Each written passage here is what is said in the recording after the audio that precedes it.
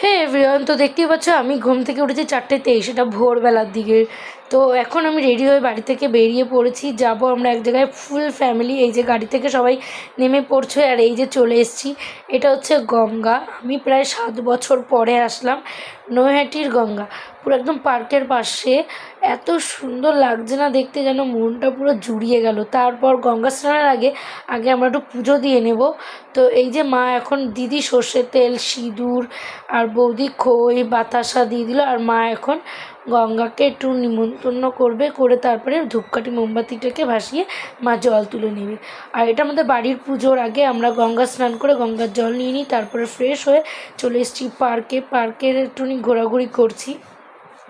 ঘুরে এরপর আমরা বাড়ি চলে যাব। তো ভিডিওটা কেমন লেগেছে অবশ্যই তোমরা কমেন্টসে জানিও। চ্যানেলটাকে সাবস্ক্রাইব করো, আরও ব্লগ আসছে। চলো টাটা।